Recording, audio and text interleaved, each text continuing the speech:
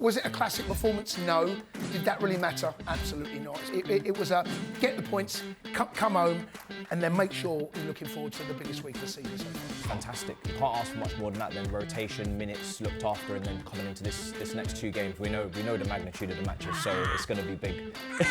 We have shown that we can deal with losing Cole Palmer, like we have second in the Premier League, without our best player. This will probably tell us a little bit about who we are. Yeah. Come This next Monday. week, Come next Monday, a week today. Who are we? What do we look like as a team? How serious are we in the Champions League? And can we go toe-to-toe with obviously the best side in the country in Arsenal? It is a big week, but I'm looking forward to it.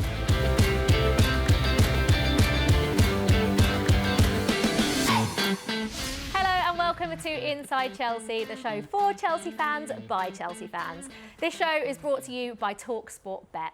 I'm Olivia Buzaglo and I'm joined, as always, by former Chelsea defender Jason Cundy and lifelong Chelsea fan and broadcaster Matisse. We haven't been here for a couple of weeks, an international break where a lot happened, but my word, am I so excited to have club football back. And Jace, that maybe not the performance, but the result at Turf Moor, 12:30 kickoff, after an international break, is so tough. To come away with 3 points was all that mattered. It did feel a little bit of banana skin, didn't it? Our record in 12:30 kickoffs, unbelievable. Last 8, we won the last 8. I'm sorry, I don't believe that. I don't believe that. I've covered every game, right, and I didn't believe it. But the truth is, we are very good at 12:30 kickoffs. Was it a classic performance? No. Did that really matter? Absolutely not. It's about going up there, getting 3 points and coming back. Also, Maresco would have got a lot out of it in terms of the fact that Moises was rested. Reece only played 45 minutes. Yeah. Marc coming off the bench, that great cameo for him, setting up the goal for Enzo. There was a number of performances which I thought were under par. João Pedro couldn't quite get him involved in the game. I thought Santos was our best player on the pitch. Yeah. Cucurella, special mention for him, and also Pedro Neto. And other than that, we dealt with everything that comes. It was a get the points, come home, and then make sure you're looking forward to the biggest week of the season so far. Yeah, we'll get on to that because it is an absolutely huge week. Yep. Barcelona and Arsenal at home. But just on this Burnley game, like we say, it was a game which, and I put my hands up, I did think we would slip up. I actually thought it would be a draw. But to come away, it was pretty comfortable. Without Chelsea having to play well, it felt like a pretty comfortable game. Yeah, I think that's a professional job well done. You look at any big team that needs to pick up points, especially after the international break, a lot of the players have travelled. And we've rested a lot of players. You know, Caicedo didn't touch the pitch, Esteval, Garnacho, James did 45, Badiashile did 45. Fantastic. You can't ask for much more than that. Then rotation, minutes looked after, and then coming into this next two games, we know the magnitude of the matches, so it's going to be big. If Esteval does not start against Barcelona, Jason, I am going to be very annoyed because I always want to see, even if it's just little cameos, you know, for some reason, and you know, we like maybe he's an 18-year-old, Maresca's managing his minutes, you know, it's coming to a big club, playing in the Premier League for the first time, even though he has been brilliant. Does he start against Barcelona? No, I don't think he does start against Barcelona. But then why not play him against Burnley? I think the fact that he'd been away with Brazil as well, I think there's back late. You know, I think there's a lot of that with the South American players. I know that the last international break, I seem to remember that Brazil played in England, so the travelling wasn't as bad. But if you remember, he was stripped to come on, and then we get the second goal. So therefore, he'll take him. I think he's managed him very well, you know. I know we all want to see him, and he probably feels that he's being held back a little bit, you know. And you know, we want to see him gallop on.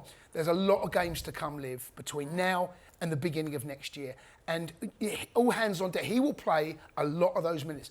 I don't expect him to start against Arsenal, but the role that he has got at the moment, he probably will be a bit frustrated because every player wants to play. He's 18, he's not 19 till April. And at the moment, we're getting the best out of him.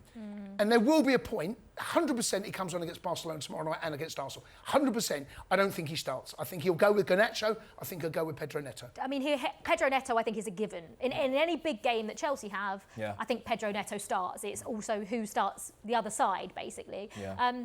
Do you think he'll start against Barcelona? I thought he might, but no. You can't really not picture Pedro Neto playing. You know what you're going to get, the experience, the due diligence off the ball. Garnacho's going to play because he didn't feature at the weekend, and that, again, same applies there. Yeah, he's probably going to be off the bench. And again, I think we're going to pack the midfield.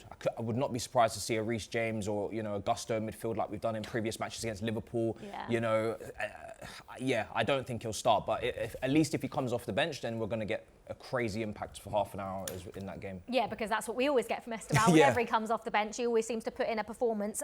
You mentioned it at the start, Jace. Maresca's done this a few times and it hasn't always paid off. It hasn't always paid off in terms of he's rested players and had to bring players on at half time. Having given Moises Caicedo a full 90 minutes rest after being on international duty, coming back late, fit and ready for Barcelona and Arsenal, that's huge for us, isn't it? It is enormous for us. And not only the fact that he's been away on international duty, there were games there before the international break where Maresca clearly earmarked, in particular, Wolves and in particular Qarabag. They're the two games you go, right, would not want to, this is always in the League Cup, I have to say. Where, and he's, I think what we've got to try and remember with Maresca, this is unprecedented that we have seen a team go in the Premier League without a pre-season. Yeah. We only had 2 games. We had a game on the Friday and a game on the Sunday, right? That's not a pre-season. And he's now juggling, and I think that there's a lot behind the scenes that we don't know about the red zone, about trying to keep players back. Moises, because he's so reliable and he's always fit, there is a tendency to say, OK, let's start him. Yeah. And I'm glad that Maresca took him out. Santos, again, big props to him, by the way, because I thought he slotted in. We didn't miss Moises, which is a good thing. But now going into the busiest period and the biggest week of our season so far, 2 home games, Barcelona and Arsenal, Moises will be there, raring and fit and fresh. Is he Chelsea's most important player? 100%. He's not Chelsea's best player, because we all know that's Cole Palmer, but we have shown that we can deal with losing Cole Palmer like we have, second in the Premier League, without our best player, without our best defender, may I add as well. Yeah. But if we lose, I mean, I know Andre Santos put in an absolutely brilliant performance, and maybe we've shown we are maybe a little bit more capable of filling a void of Moises Caicedo with a performance like that, but for a long period, it would be hard, wouldn't it? I just can't imagine what our season would look like. Not just this one, but the season before. He was our best player last year. And he is so reliable. He is, you pretty much get a minimum 8 out of 10 out of him. Yeah. And he is the best ball-winning midfielder in the league. There is no doubt about that whatsoever. And the work that he puts in, and it's not just it's the 7 or 8 yards that he gets and he manages to toe balls away. He is crucial, absolutely crucial. Look, I can't wait to see when Palmer's back, because we're still yet to see Esteval, Palmer and Delap in the same team at some point. So we've got this far, we're second. We're doing all right, by the way. We're doing all right. But look, this will be, I think it'll probably tell us a little bit about who we are. Yeah. Come this next Monday. Week, come next Monday, a week today. Who are we? What do we look like as a team? How serious are we in the Champions League? And can we go toe-to-toe with obviously the best side in the country in Arsenal? Yeah, they're both must-win games, because if you look at the Champions League, we're not in the automatic qualifying positions, top 8. I think no problem we're going to make top 24. But if we want to go automatically through, we need to win this game after drawing against Qarabag. And in Arsenal, it's either a 3-point gap or a 9. And that is very clear as to what you're doing this season in the league. It's just, there's no room for interpretation there. So it is a big week, but I'm looking forward to it.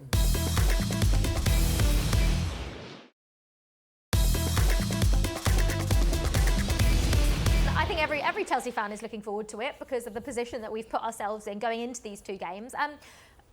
Andre Santos' performance, what did you like most about it, Matisse? It was fantastic. I think Maresca's always constantly said he can play in the 8, he can replace Enzo Fernandez in this team profile-wise, but he's not maybe being used in the 6 as much because Caicedo always plays there.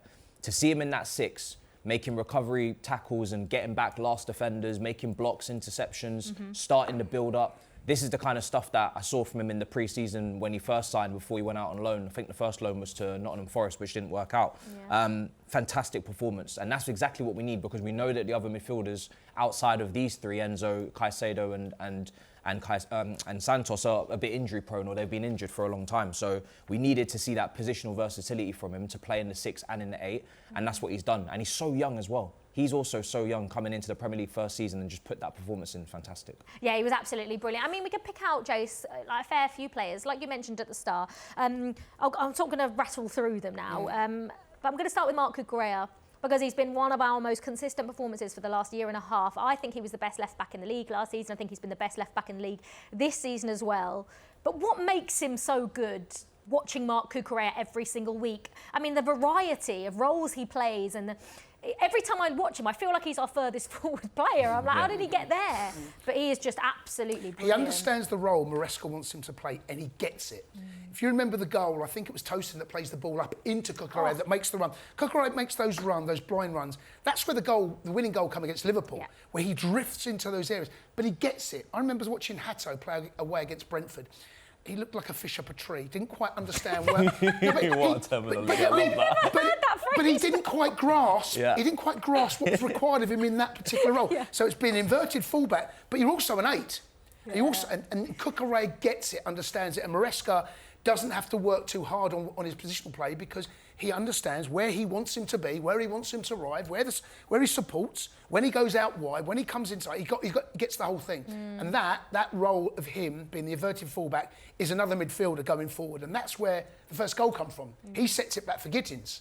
He's the one that gets up there, makes the run, furthest man forward. How many times have we seen that? Sets Gittins. I mean, it's a glorious cross. I mean, that we need to talk about that cross, by the way. That is just begging to be hit in the back of the net. Yeah. But that's, and he is in that position, in that role.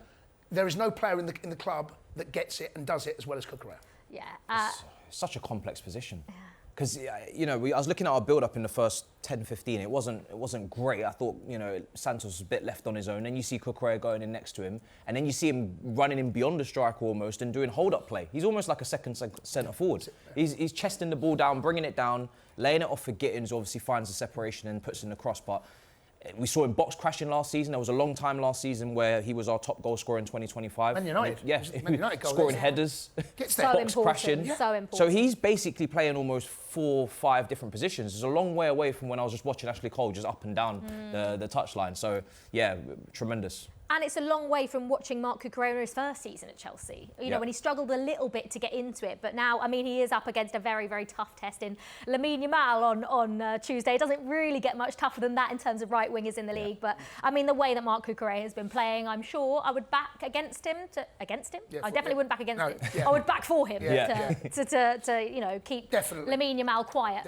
Jamie Gittins, just quickly, Matisse. That ball, I mean, I'm not sure we'll ever see Pedro Neto score a header like that again, but it's put on a plate for him. The ball is absolutely beautiful. It's a Reece James, Cole Palmer-esque kind of cross in terms of the quality. It's exactly what you want to see from Jamie Gittins, because I think we've seen a little bit of the dribbling. We've seen the shooting. Every time he cuts in, he wants to take a shot. He had the one that was deflected just wide of the post. But we needed to see, I think, that passing, that crossing, that final third ball, because there was actually a cross that he had earlier in the first half on his left foot, I think, that he put out of play.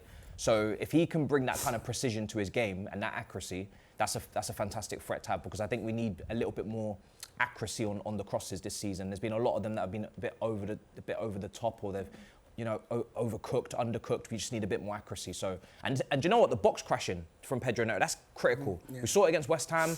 We need to see it more from him. You want to see your opposite winger get into the box. We saw it so much from Sterling at Man City, Sane. That was kind of the whole thing with Pep there in that front three of Aguero. You want to see your wingers box crashing. We've seen, you know, Esteval do it against Liverpool. The more they can do that, the more they can chip in with the goals, because the manager's clearly said he wants 10, 12 goals from everybody. We don't really have anybody that looks like they're going to get 20 goals, or, you know, at a Haaland. You look at the top goal scoring charts, there's no one on a Chelsea list there. Everybody's kind of just doing 3s and 4s and 5s. So we need to have everybody chipping in, and that box crashing from Pedro Neto is just brilliant. Just on the Gittins thing, when I'd done the game with Chelsea too, I did feel that he was making Kyle Walker's job a bit easy by coming inside. I'd like to have seen him stretch the pitch. Neto was holding it. And I just felt Gittins was, because they were so condensed and they had that narrow 4 and they had in the midfield 3 and 4 in there, I felt he made their job. I'd just like to have seen him be a little braver, come out, give yourself a bit more width, make the pitch a bit bigger. But ironically, the goal come from when he was inside. So, but it's a glorious cross, and well done, Neto, because that's a tough finish. Because he would have been thinking, as that comes, he's got 2 choices. Either he heads it or he volleys it, right? And you've got to get that right, stoop down. Brilliant ball, undefendable that ball, undefendable, so well done him. Yeah, you talk about box crashing, Matisse. Enzo Fernandez is getting better and better and better at it, another goal. Do you think he's finally getting the respect he deserves, the way he's been playing this season, or do you think people are still underrating him? Where do you stand on Enzo Fernandez? It's difficult because he's capable of so much. Yeah. That's the thing. So I think there has been games this season where you're looking at Enzo Fernandez and you do want a bit more. But the statistics and the goals and the assists from, I think, the start of last season of any midfielder, he has the most. So his box crashing, his ability to contribute for goals, assists and output is maybe not something we was expecting from him when he first arrived. It was more look at the pass, look at the switch of play, look at the long kind of progressive long balls over the top. But the box crashing is important again because, like I said, the contribution needs to be spread out. Everybody needs to get goals.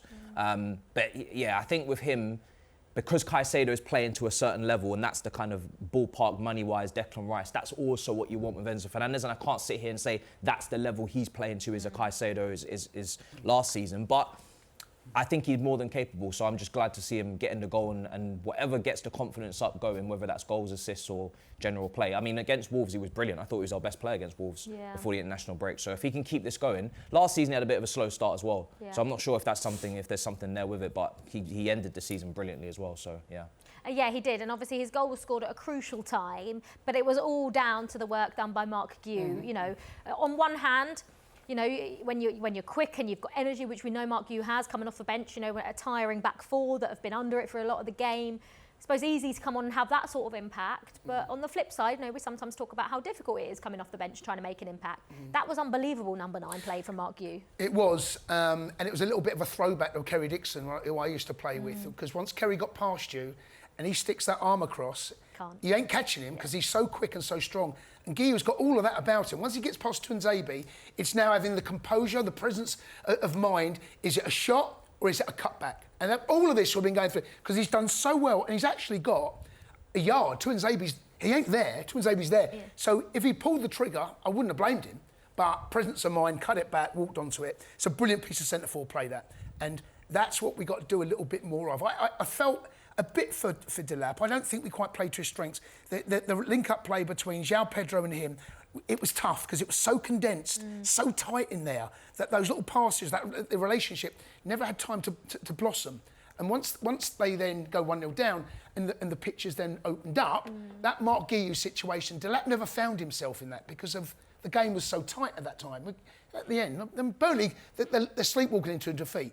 So, but well done him, recognised it. Brilliant play from Pedro Neto. That pass, that little slide pass. He's got him 1v1. What you got under your bonnet, Guillou, and brilliant play. The composure in that, like Jay says, there's a lot going through his mind in that situation because he's done all the hard work. And, you know, it would be very easy for a centre-forward to shoot from there. Yeah. But the composure, to have a look, to know where Enzo Fernandez is, to play that ball and it leads to a goal is brilliant. Yeah, it's exactly what you want to see, especially from a young centre-forward who's going to be absolutely, you know, gasping for a goal because he wants to prove himself. And I think the centre-forward situation is interesting because Delap, it wasn't a great game. I think the hold-up play was really poor. There's a lot of loose touches, there's a lot of misplaced passes, and we couldn't really play to him.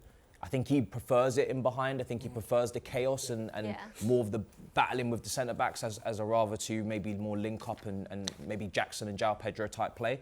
But because João Pedro and Delap are not free-flowing in terms of the goal scoring recently, I think Guillou is within his right to at least be coming off the bench like he did, having some sort of impact, and then he made the best man win. He's got a decision, Maresca, for tomorrow night. Does he go Delap? Does he go Guillou? Or does he go João Pedro? Right? Because all three of those have got a chance of starting up top. I don't think it'll be Guillou. You don't think it'll be Guillou? No, I think... OK. Too big of a game? Yeah, OK, fine. I get and understand that, but Delap's still come back from injury. Yeah. You know, there's not an obvious, right, he's 100% doing it. There's a number of choices there. Barca will give you space in behind. Yeah. That's the one thing that you looked at against certain teams. They were that low block. You ain't getting that. No, you're not Barca ain't doing block, that. No. They're going to rock up, play the way they want to play, which will give us grass in behind, which might lend to the fact that Delap does like that, although he was kind of feeding off scraps in those balls in behind against Burnley. Michael Owen said he was too selfish. Would you agree with that? Delap? Yeah. Did he have much time to be selfish? He had a couple shots that maybe from distance. I think it's about decision, mate. As it is in every position, the best players make the best decisions at the best time. And I think that there might be an element of snatching at one or two things. There was one or two shots he had where would have been better placed to have cut the ball across. I think it was one in the first half where I think he's got to play that ball across the 6-yard box. But strikers are greedy by nature. I mean, Michael Owen would be, you know, the first of have a shot. Get a chance in there. You don't get many centre forwards that cut that back, and that's why I felt that Marc deserves a huge amount of praise, because the hard work had done. He scored a goal similar to that in the Conference League last season, where he cuts in behind and he actually finished it really well. Make the right choices, for not just for you, but for your teammates. And there might have been an element of that not quite getting right for Delap. So obviously, if you're saying no to Marc starting up top against Barca, is there still a chance that João Pedro? I know we've seen him in the number 10 more recently. Still no Cole Palmer because of his toe. We will get onto his toe in a minute. Sorry, just on that, right? Yeah. What, his toe? No, just the fact you're going to ask. And the reason I brought up João Pedro is because you said there that we might go Reece James, they might go Caicedo. Yeah. Well, then Enzo naturally will be the 8. Yeah, with the 10. So João Pedro. Sorry, the 10 going into an 8, yes. Yeah. So he'll naturally be there. Yeah. That's why I'm thinking maybe João Pedro might I think João Pedro will play. I think in the big games... he'll play, want but that. where? Up front, the 10 I think. Or the 9? Up front, yeah. I think up front, he'll pack the midfield.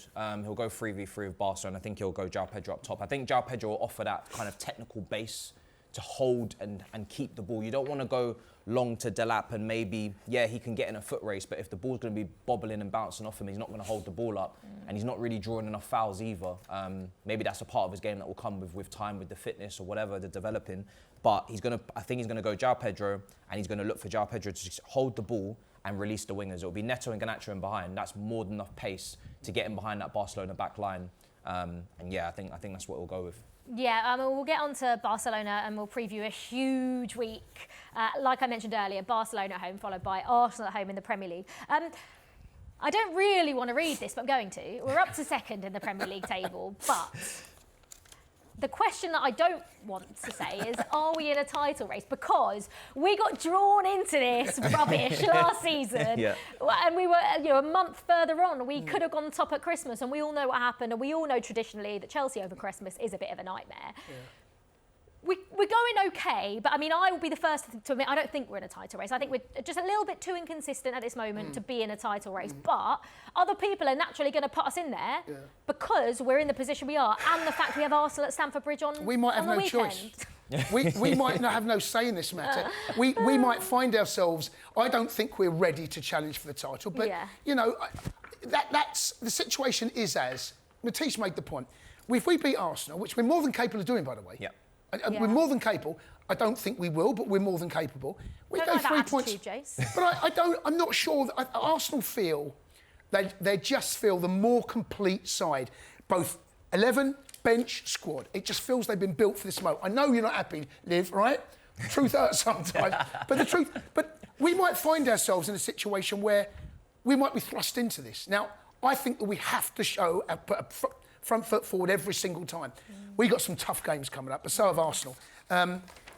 Let's see what happens by the end of this week. Who are we? I think this week will tell us a little bit about what this current Chelsea squad team really is. With the real Chelsea, please stand up. Yep.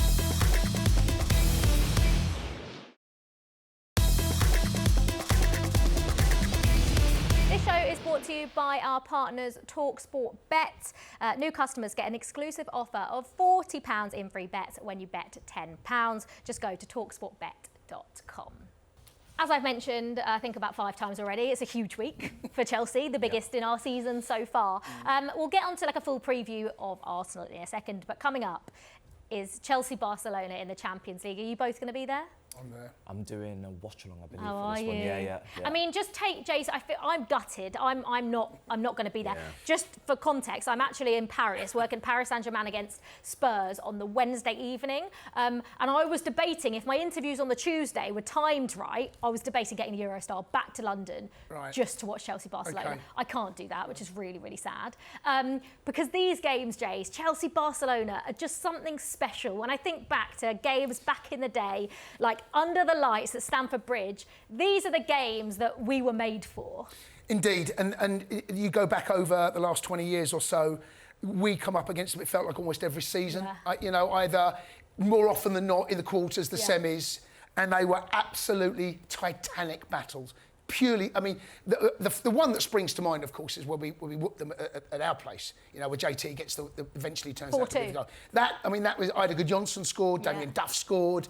Who else? Is that the JT flicked header? Yeah, the flicked header. Yeah. You know, 4-2. but then you fast forward and there's Didier Drogba or the Frank Lampard chip, at the Nou Camp. But of course, the biggest game is the 2012 semi-final, where we're down to 10 men and Fernando Torres goes through and Messi misses a penalty 10 minutes before that. Yeah. And that game, I mean, honestly, it won't be like that. No. I don't think it's going to be quite because the jeopardy, it's not quite at that level at the moment. It might be if we face them further down the line. But the Chelsea games, there was a real rivalry. Yeah. It felt like for 10, 15 years where every season we got Barca again. Yeah. But we actually, considering, I think of Pep Guardiola's Barcelona as the best club side that have ever played football. Yeah. We actually didn't do too badly against them. I know the Iniesta heartbreak. I know we've been there when they've knocked us out at big occasions. But equally, they didn't like facing us. No. Messi didn't like facing Czech. No. They definitely didn't like facing us. No. And you could see it in that game that you mentioned, because the celebrations, the relief, they knew that when they faced us, they were facing a serious team. Strong, defensive, proper unit that had threat on the break, on the counter, that would cause issues. So, yeah, these games, I think the rivalry's still there for me personally. We haven't played them for ages, I know it's been such a long time. When was the last time we played them? I think the last time we played them, I think we lost in a round of 16 quite comprehensively to my memory. Remember. But I think for me, this is big, because there's a bit of build-up there with Esteval and Yamal. And that's partly why I want Esteval to kind of start as well. It's purely because I want to see those kind of teenage prodigies go up against each other, but it's probably not going to happen. Battle of the right wingers. Lamine Yamal, for me, is one of the best footballers in the world. I think that's safe to say. I think most people do think. We sort of touched on it a little bit earlier. How big of a test is this for Marc Cucurella? Well, Marc has shown since, I think you've got to go back 2 years now. I think he's probably been at this level. Went away with Spain, won the Euros with them. He'll know Lamine Yamal very well. Maybe that's one advantage I think to there us, is. Oh, he would have. Yes, of course. They will know one of them very, very well. But these are the games where, where you put yourself up. This is a big test about who we are. I said earlier about, will the real Chelsea stand up? It's a big test for Maresca as well. I know he won the Conference League, and that was an absolute gimme. Yeah, we had to win that. This is now him going up against some of the best minds in European football. He will then pick his wits. How will he? Will he invert? Will you think, Marc Cucurella, do you worry about what's out that side, or are you going to cause them more problems? Is it more about what we do or what you do? And I think Maresca's got to come to that conclusion. I think at home, we need to go and take the game to them. I don't think we should be fearful of them at all.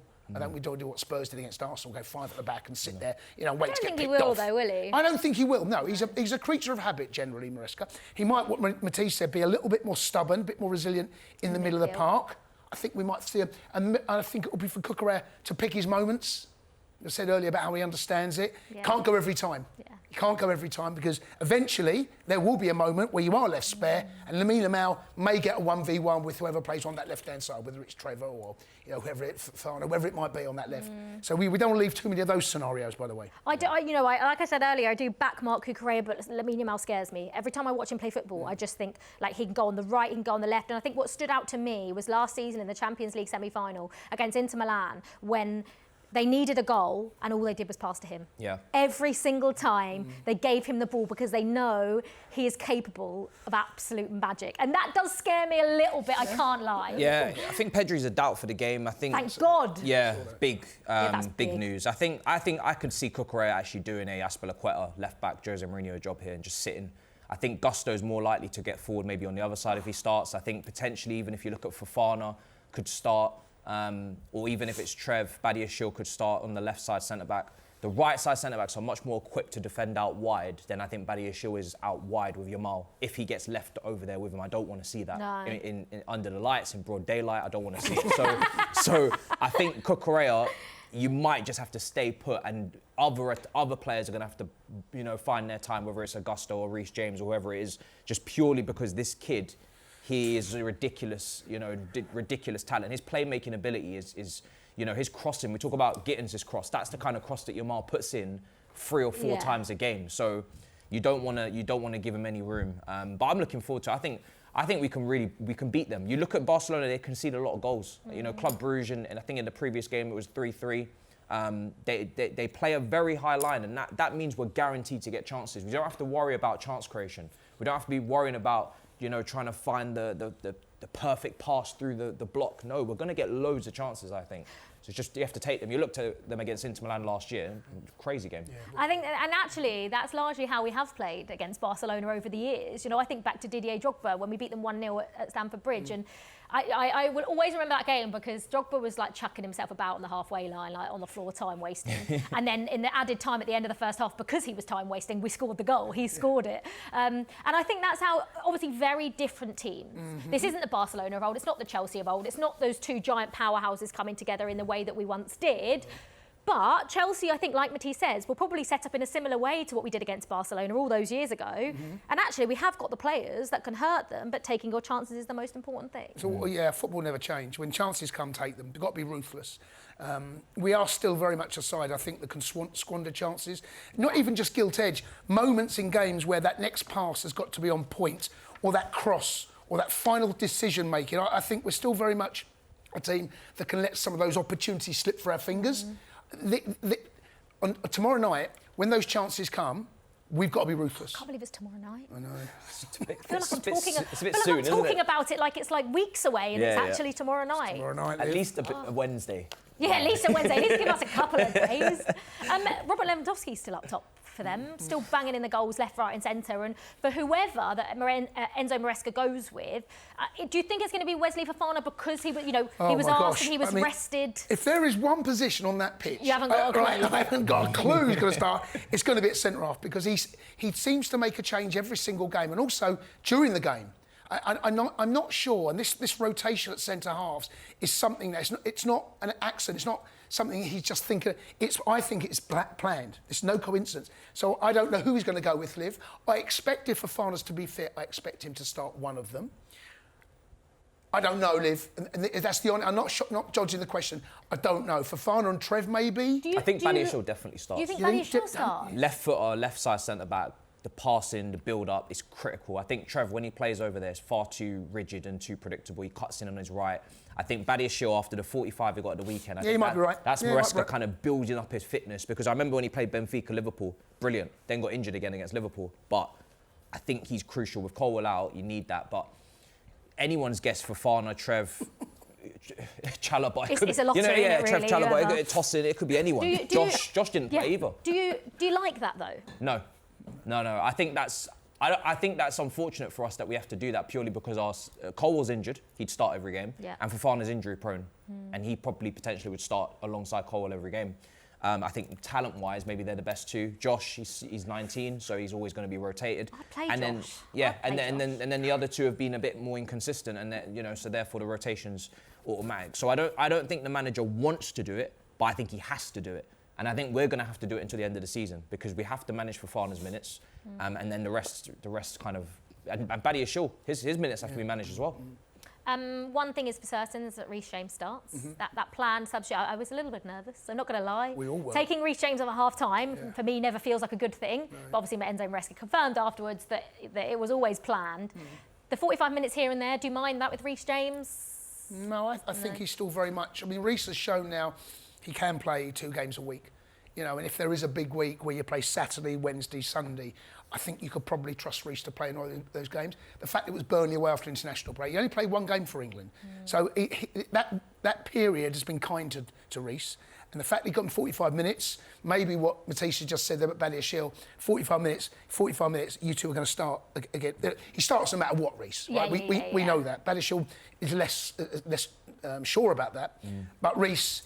will start. It's where Reece starts. Yeah, and where do you think Reece starts then?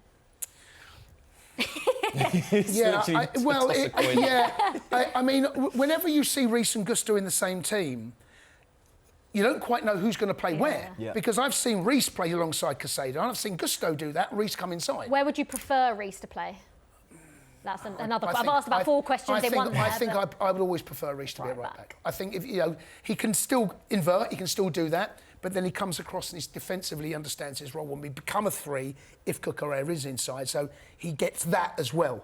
Yeah. I prefer Reece in the defensive unit. And also he's coming up against Marcus Rashford. It'll be a player he knows very well, but also we know what Marcus Rashford's like. We know he's very direct. We know he's got a lot of pace.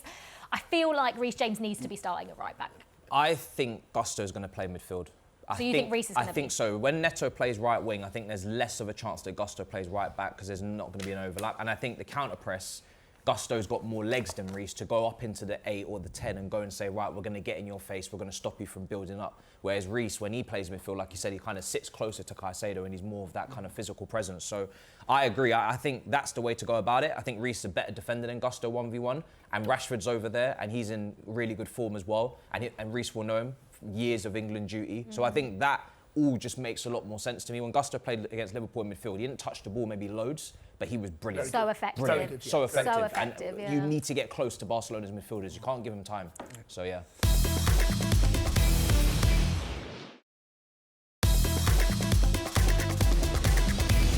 Does the draw, obviously, we've spoken about Enzo Maresca switching it up, and he likes to switch it up. We saw that against Qarabag. Obviously, Romeo Lavia went off injured, wasn't ideal. Caicedo had to come on. But because we dropped points in that game, does that make this game even bigger than it once was, or does it not have an effect because it's Chelsea-Barcelona? I think it's big regardless, but I think if we want automatic qualification, top 8, it's win. a big game. We've got to win, really, because the other games are not easy. With Napoli away, Atalanta away, Paphos up, we should win that. But if we're not too concerned about the top 8 qualification, then we're going to get top 24. Then it's not as important as the Arsenal game. But for me, at Barcelona at home, it's a statement opportunity. You got to take it. Yeah, big game. Oh, okay. So that's Chelsea-Barcelona on Tuesday. Then on Sunday is the big one. And when I say the big one, I think it's because most Chelsea fans will look at this game like the biggest one of the week. Chelsea against Arsenal. 6 points behind. We are the closest to Arsenal right now. I'm scared. I don't even know why I'm scared, because actually Chelsea put in, at Stamford Bridge against Arsenal, especially the last couple of seasons, we should have beaten them at least once. We didn't. Yeah. But they do tend to struggle a little bit, Jace, at Stamford Bridge. And, like I say, in these one-off games, I'd back us against anyone. I would back us to go and beat Arsenal at Stamford Bridge on Sunday. You can't see. You think it might be a draw, though. Well, are we capable of beating Arsenal? 100%, right? 100%. But Arsenal at the moment are... There's a reason they're 6 points clear, all right? They're very well organised. They are defensively solid. They still got the little bit of magic that we saw Eze do what he did yesterday against Spurs. They still got Saka out there. They still got pace in those wide areas. They are a very, very, very good side. And there's a reason they're top. I think, actually, it'll be interesting to see what Arteta does on Wednesday night when they play at home to Bayern Munich. I think the game against us is bigger than the one at Bayern Munich against Bayern. Yeah, I think For the reason they're doing so well in the Champions League, they can afford to draw that. A draw would still not be a bad result for Arsenal on Sunday anyway, because there's still that gap that doesn't change anything. We don't know what happens with City. But it's a game that, if we bring our A game, we got a chance. If we don't bring our A game, I do fear that we'll drop points. But I've seen this against Liverpool, I've seen this against PSG, I've seen us play against the biggest clubs in the world. Under Maresca, we are more than capable of getting a result. I said by result of victory here. But we have got to have to take our chances, because there won't be many. They don't concede many chances on goal, let alone concede goals. It took a halfway line effort on the weekend to get a goal. But come on. Yeah. Let's have a think about who they had their lowest. Spurs had their lowest XG ever. I didn't think it was possible for Spurs to have a lower XG than they did against us, and they did. We won't be laughing like we've got, we've actually got a very good attack with players that are scoring goals, not just relying on one player. Without Gabriel, and I know Hincapié came in against Spurs and did really well. He didn't really have much to do. I don't think he could believe his luck. North London derby, making your debut. Couldn't believe it. He's Premier League debut, right? And starting a game. Yeah. Oh my God, he can't believe how easy it was. And we won't make it that easy for them. No. And I think Gabriel being out in both boxes is a very, very huge thing for us. Especially, I'd argue, it's even better that he's out in terms of attacking for Arsenal, because of how we are from set pieces sometimes. Yeah. I think from set pieces, that's a big miss for them. I think this is a kind of game where Chelsea, what have we won? 1 in the last 10 in Premier League against Arsenal. The last time we beat them was Lukaku, Reece James at Emirates. 21-22 under Thomas Tuchel. That is, and that was away. This is far too long at Stamford Bridge to not beat Arsenal. So it's a terrible record that we've got to correct. And I think we are more than capable of beating any team on this planet, especially Maresca tactically. I trust him in these big games to get the better of any manager, because he's shown on a one-off he can get it done. The crucial thing for me, like you said, is taking your chances, because Arsenal, they don't have to be playing well to score. We've seen now in games that when they're not really ticking, or Trossard just out of nothing, corner, set piece out of nothing. Eze was incredible over the weekend. He's going to be fired for it. Madueke's coming up against us. He's probably going to be fired up for it. This is very much make or break with the Premier League title race. I think if they win that, I can't see anyone catching them. It would be, so if City then won, it would be what, down to 7 points still. If City win, depending on our result, and still 7 points. Still 7 and we'd be 9. And I think we know the winter period coming up. Newcastle's away. It doesn't even matter what fixtures are coming up. We know the winter break is never kind to us. We cannot afford to be 9 points off. We will not claw that back. No, I agree with that. Yeah, I think it's going to be tough, but let's not think about it if it's 9 points. Because it's going to be 3 by the end of next Sunday. This is a classic. At the moment, it seems like Chelsea, Arsenal are just going at it. Reece James, Jurriën Timber, Declan Rice, Moises, Caicedo. I'm bored of it already, and it hasn't even started ahead of Sunday. But that is what, Jace, this fixture is going to be about. The build-up to it is going to be all of that. £200 million midfielders. The fullback Jurriën Timber's been brilliant this year. But he's had a really good start to this season. He's brilliant, by the way, Jurriën Timber. But the thing about Reece has done over the last X amount of years, leading his team to a club, world champion, also Champions League final. The battle between Caicedo and Declan is a false one, because they're talking about 2 different players. What you should be doing is comparing Zubimendi and Caicedo and Declan and Enzo. Yeah. If you really want to compare apples with apples, that's really where it's at. Yeah. Declan Rice is a brilliant midfielder. And if you really want the best midfield 2 in the league, if you had to cherry pick who you wanted, you'd have Rice alongside Chuck Reece in there. Rice alongside Caicedo. Yeah. That's the best 2 midfield, and it dovetails and complements one another perfectly. Really does. But we'll see. I'm over my boy to dominate that midfield, because he loves the big games, Caicedo as well. Absolutely. Like you say, against Barcelona, you think that Enzo will try and dominate the midfield. Do you think he'll try and do that against Arsenal as well? That one I can't call. I really can't call what's going to happen in that game, because we're under pressure to win. So we have to have the mindset that we're going to get goals and we're going to attack. So how we go about doing that, I don't know, but we have to win. Sorry to interrupt, do you not think they're under more pressure to win? I don't think so. I think they could easily get a draw out of that, especially after the week that's gone. City lost to Newcastle, Liverpool lost at home to Nottingham Forest. Neither of them, Liverpool especially, they're out of it now, 11 points behind for me. I think their inconsistencies, just too far gone. Arsenal have built up that gap where they can afford to take a point at Stamford Bridge, the team that's second, and keep going along with their merry way into the Christmas period. Whereas us, it depends what we're going for. If we're going for top 4, a draw is not a disaster. We keep it moving. But if we want to be talking about a title contending season, which I think we should be trying to be involved. No one wants to see Arsenal lift the Premier League title in London. Nobody wants to see that parade. If this was Man City, I'll be out of the country if that happens. Absolutely, I'll be in Hawaii as far as I can be. If this was Man City at the top, I don't think there'd be as much pressure, because there isn't that rivalry. We know we're not really ready to go for it, like Jay said, and we could say, all right, maybe the next season we just kind of go along and see how we go. You can't do that with Arsenal. If Arsenal are at the top of the league, you, as Chelsea, as Kings of London, as champions of the world, it is your responsibility to go and take it to them. You have no other option. We're forced into this. Yeah, I think. But does it change how we play? Does it change how we play? I don't think Maresca's going to change. Maresca is a creature of habit. Yeah. It's not often you see wholesale defensive changes, a little bit more like Thomas Frank did against Arsenal yesterday. I don't see that. Personnel, there are subtle changes. Yeah. Where personnel, he may go with a Caicedo and a Reece in the middle of the park, and you're thinking, wow, that's probably the best defensive pairing you can get in the league in terms of not giving away chances, being solid in there. But he might do little subtle changes. I don't think you'll see a wholesale. He loves possession. Maresca loves possession. He wants the ball. He wants players to be comfortable on the ball. He wants to go and get the ball off the goalkeeper. It's going to be intriguing. Look, if we are in a title race, we've got to win it. Yeah. A draw probably no good for us. It's better for Arsenal. Yeah, absolutely. Just quickly as well. Arsenal have been tipped. They're the current favourites to win the Premier League for as obvious reasons.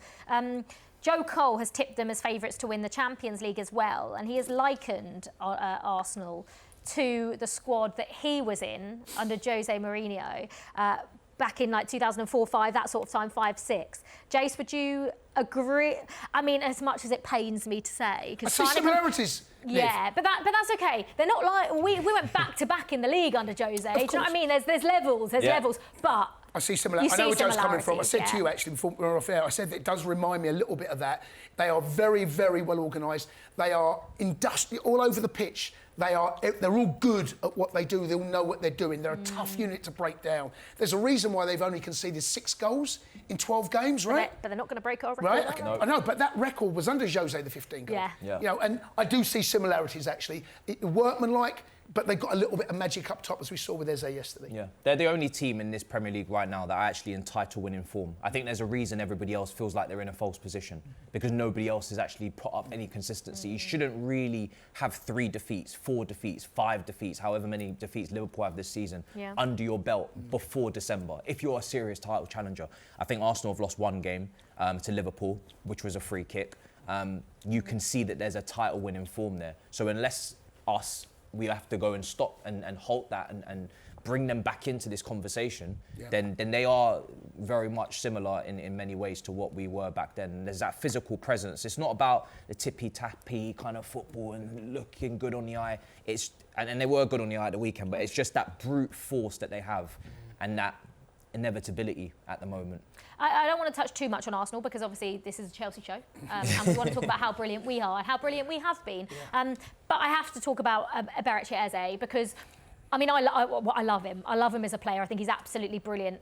To do that in the North London derby, does that automatically mean he starts in the number 10 with Martin Odegaard coming back from injury against Bayern Munich and Chelsea? Well, I mean, it'll be interesting what Arteta does on Wednesday because the points are made about the game is bigger against us on the Sunday than it is for Wednesday against Bayern because how well they've done the Champions League so far. Why not? I mean, you don't. I want to put him out on the left. Why would Get Odegaard back in the 10 and chuck Eze out on the left. By the way, can I just say, Arsenal scored 4 goals in open play. No set pieces yesterday. Yeah. They were actually, you know. Spurs were garbage. Yeah. Spurs basically, you know, rolled over and had their tummies tickled. Right? We won't do that on Sunday. No. That's for sure. Carbon copy as our game. We were brilliant. Tottenham were awful in our game. Same thing. Yeah, absolutely. Chelsea Barcelona. How do you see it going, Jace? I mean, I want to say a win, right? This is the thing. When I think of Chelsea, a one-off game. I want wins in both. Yeah, 2. I reckon it's going to be 6 points. What do you really think is going to be? What I really think, they feel both like draws, actually. Yeah. They do. That's how they feel. Taking my Chelsea hat off, if I had to, you know, if I had to put £1 of Cundy money on it on talkSPORT Bet, I would probably go both draws. Can you put your Chelsea hat back on, please, and then tell us? 2-1 in both. Matisse, what do you reckon? I mean, if I'm prioritising, if I had to pick a win in one, I'm obviously going to take Sunday. But, boy, if we could get can get you imagine 2 wins? the next show that we do? We've got a win off. I don't think I'd be here. I'd be off celebrating. We might be on the tables. Yeah, you know what I mean? we'll be doing, 100%. We don't need these chairs, squeaky or no squeaky. I think I can easily see a 2-2 or a 3-3 in the Barca one because they make you make the game ridiculous, you know, the way that they go about it. And I think the Arsenal game will be a lot tighter, odd goal, very close, very cordial. So I'll say maybe let's go 3-2 Chelsea Barca and let's go 2-1 against Arsenal. 2-1 win. Oh, I thought you. No. The way you said never, that was like 2-1 Arsenal. I was about to say, never. Matisse, you can't end like that. Right, that is it for another episode of Inside Chelsea. We will be back to look back on what is a huge week for Chelsea. We'll be back to look back at the Barcelona game and the Arsenal game as well. Fingers crossed. It is 6 points. Thank you for your company. A huge thank you to Jason and Matisse. As always, we will see you next time here on Inside Chelsea. Up the Chelsea. Chelsea.